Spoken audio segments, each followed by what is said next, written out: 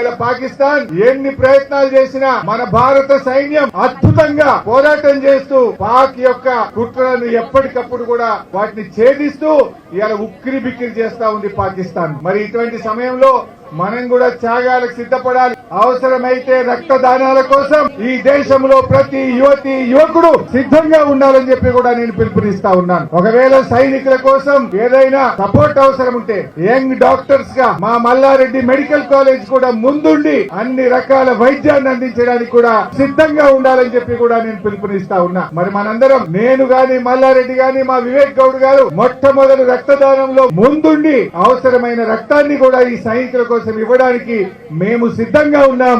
మీరు సిద్ధంగా ఉన్నారా అని అడుగుతా ఉన్నా. Are you ready? All of you.